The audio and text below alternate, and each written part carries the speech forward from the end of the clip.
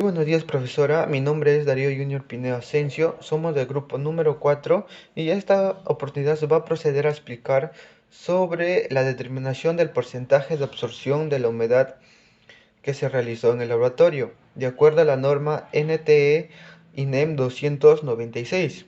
Bien, como ya lo mencioné anteriormente, de acuerdo a la norma NTE INEM 296, como se encuentra establecido, se pasó a realizar la determinación del porcentaje de absorción de la humedad de dos muestras. La primera muestra fue de ladrillo King Kong de 18 huecos y la muestra número 2 fue del ladrillo Pandereta.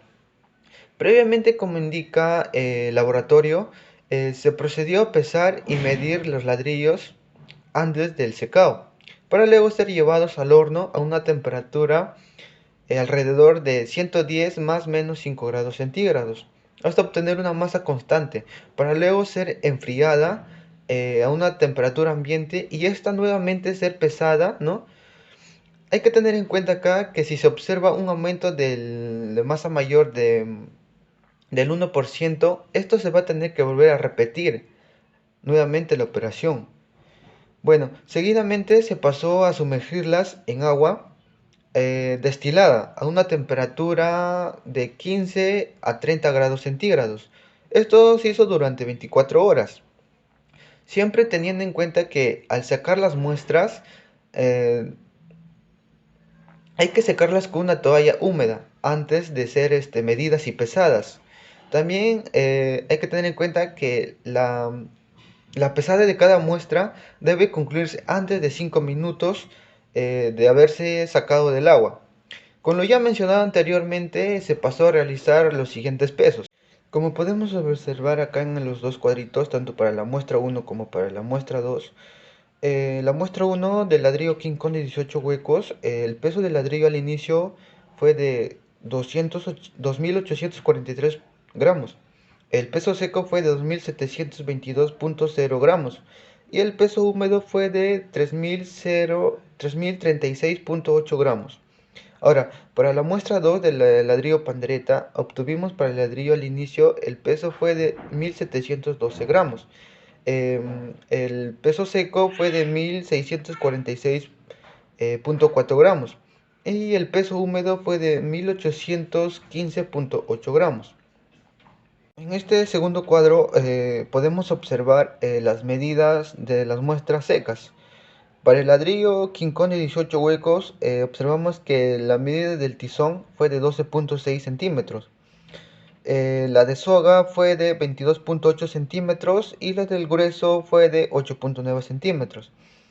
Para la muestra número 2, que fue la de pandereta, el tizón fue de 10.4 centímetros. La soga fue de 22.6 centímetros y el grueso fue de 8.9 centímetros.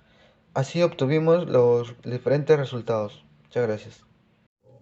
Buenos días, profesora. Mi nombre es Pablo Lugo Rodríguez y en esta oportunidad voy a explicar los cálculos y resultados obtenidos en el ensayo de laboratorio, absorción de humedad.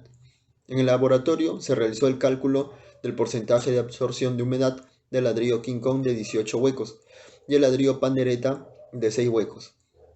Según la norma técnica ecuatoriana INEM 296, se utiliza la siguiente fórmula, donde el peso saturado superficialmente seco es igual a ID es igual al peso del material seco.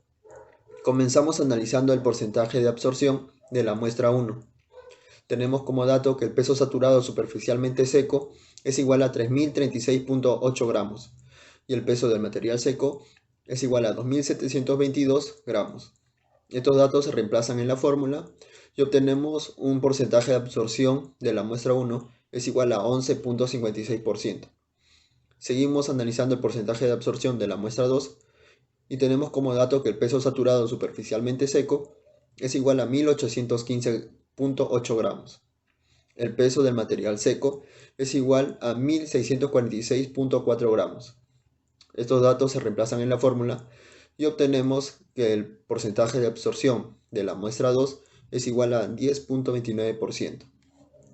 Asimismo, también se procede a calcular el porcentaje de saturación, en el cual utilizamos la siguiente fórmula, donde W24 representa el peso del espécimen saturado luego de 24 horas de inmersión en agua fría, y el WD es igual al peso seco del espécimen.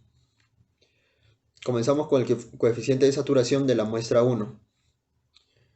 Como se muestra el procedimiento, obtenemos un coeficiente de saturación de la muestra 1 es igual a 0.116. Igualmente, para el coeficiente de saturación de la muestra 2, tenemos el siguiente procedimiento y obtenemos como resultado 0.103.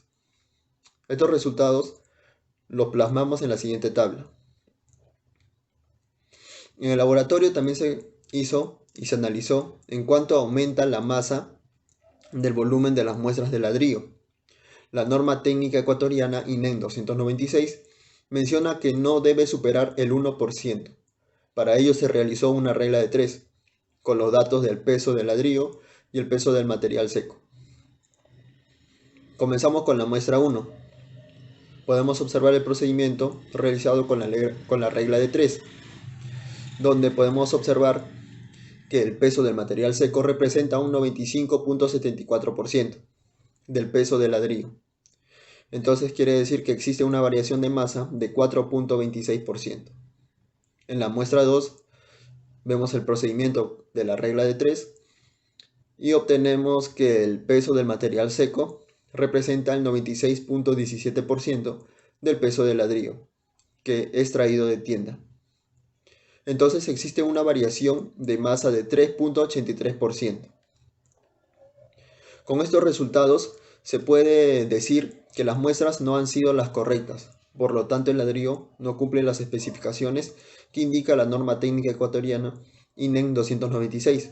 Se tendría que volver a tomar otras 5 piezas para volver a realizar la operación.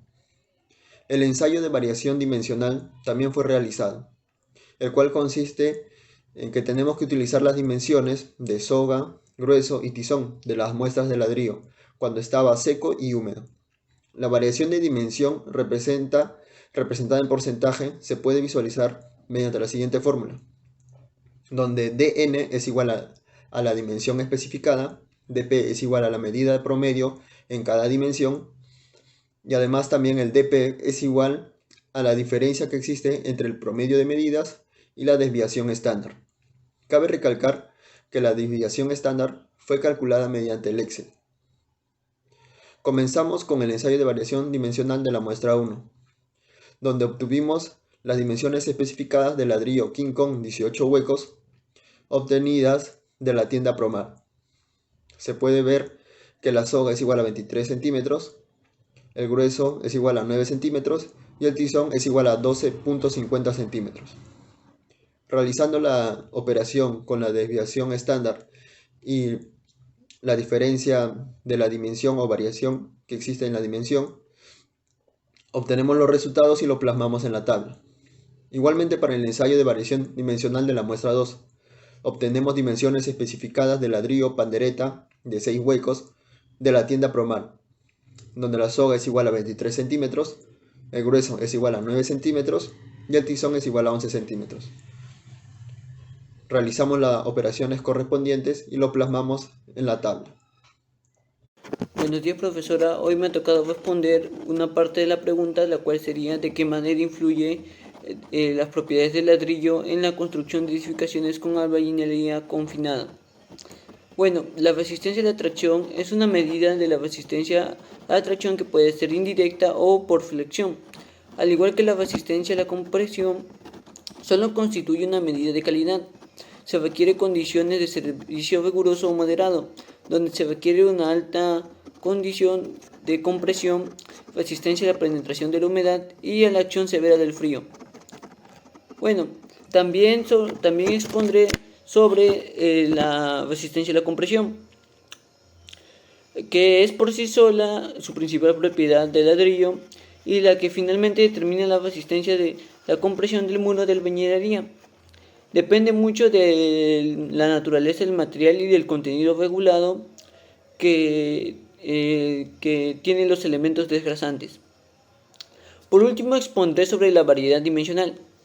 Esta es una propiedad física relevante, puesto que nos permite determinar en adelante cuál será el espesor de la junta horizontal al momento de asentar el ladrillo para nuestra construcción del muro de albañilería, ya que influye en el comportamiento de resistencia del muro. Muchas gracias.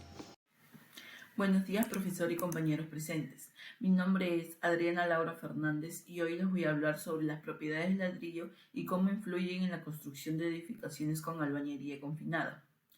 Una de las propiedades es el alabeo. El ensayo de alabeo es importante realizarlo, puesto que permite determinar el ancho de la unión del mortero. Este ensayo es complementario al de la variación de dimensiones de los ladrillos, donde se determina si las juntas horizontales presentan vacíos, que como es de conocimiento, estos afectan a propiedades finales de los muros. Este ensayo también está relacionado con la determinación del espesor de la junta entre los muros, ya que suelen presentar vacíos y pueden originar fallas de tracción por flexión en los ladrillos por la carga superior que soportan estos. Otra de las propiedades es la succión. Esta propiedad es importante para que se pueda dar una adhesión con el mortero. Por este fenómeno, los solubles del cemento que se encuentran disueltos en el agua absorbida penetran para posteriormente cristalizarse en los microporos de los ladrillos. Es por tal motivo que si este fenómeno no se presentara, no existiría la adhesión entre mortero y ladrillo. Porcentaje de vacíos. Seminario en el 2013 menciona que es una medida del área de vacíos de la unidad de albañilería. Asimismo, resalta que la norma E070 del Reglamento Nacional de Edificaciones limita su uso hasta un 30%, mientras que la norma técnica peruana 331.017 lo hace hasta con un 25%. Las perforaciones o huecos son favorables para la cocción del ladrillo de la arcilla, pero les genera un debilitamiento ante los esfuerzos de compresión. ¿De qué manera influye la humedad del ladrillo en la construcción de edificaciones con albañilería confinada? Bueno, la eflorescencia es uno de los factores que afectan el ladrillo. Este fenómeno se puede visualizar con la aparición de manchas blanquecinas en su superficie. Esto se origina debido a las sales que contiene el agua y que circula por los poros del ladrillo y que llegan hasta la superficie del mismo. Las sales pueden provenir tanto de la unidad como de la arena utilizada para la mezcla del mortero. La eflorescencia está muy ligada a la capacidad de absorción y a la porosidad del ladrillo, es decir, si el ladrillo presenta una alta capacidad de absorción, entonces presentará una mayor eflorescencia.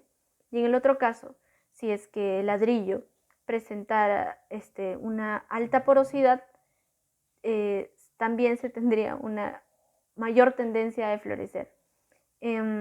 Bueno, es recomendable en este caso utilizar aditivos para aquellos muros que presenten una eflorescencia leve, ¿no? En el caso de que las unidades presenten una alta eflorescencia, se debería descartar la unidad, ya que afectaría la adherencia entre el mortero y la unidad.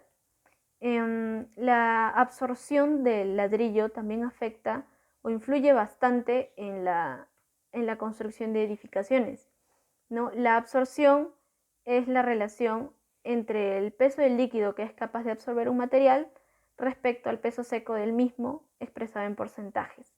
En este caso, la absorción nos va a representar la permeabilidad de la unidad de albañilería, ¿no? Según la norma técnica E.070, las unidades de arcilla no deberían tener un porcentaje de humedad excedente del 22%, ¿no?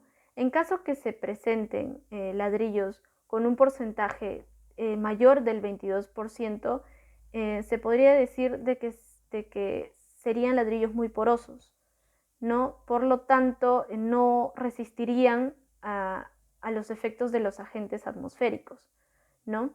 Porque los ladrillos con alta porosidad absorben el agua del mortero, ¿no? Y por lo tanto lo secan y así disminuyen la resistencia del muro. Para las dos absorción realizada en laboratorio para las dos muestras se obtuvo un porcentaje promedio de 10.93%.